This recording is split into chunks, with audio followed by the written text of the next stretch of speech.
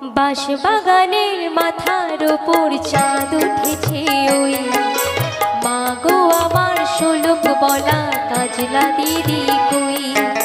বাঁশবাগানের মাথার উপর চাঁদ উঠেছে ওই মা গো আমার শোলক বলা কাজলা দিদি কই। পুকুর পাড়ে লেবুর তলে থোকায় থোকায় জোনাই জলে ফুলের গন্ধে ঘুম আসে না তাই তো জেগে রই। মা গো আমার কোলের কাছে কাজলা দিদি কই। বাঁশবাগানের মাথার উপর চাঁদ উঠেছে ওই মা গো আমার শোলক বলা কাজলা দিদি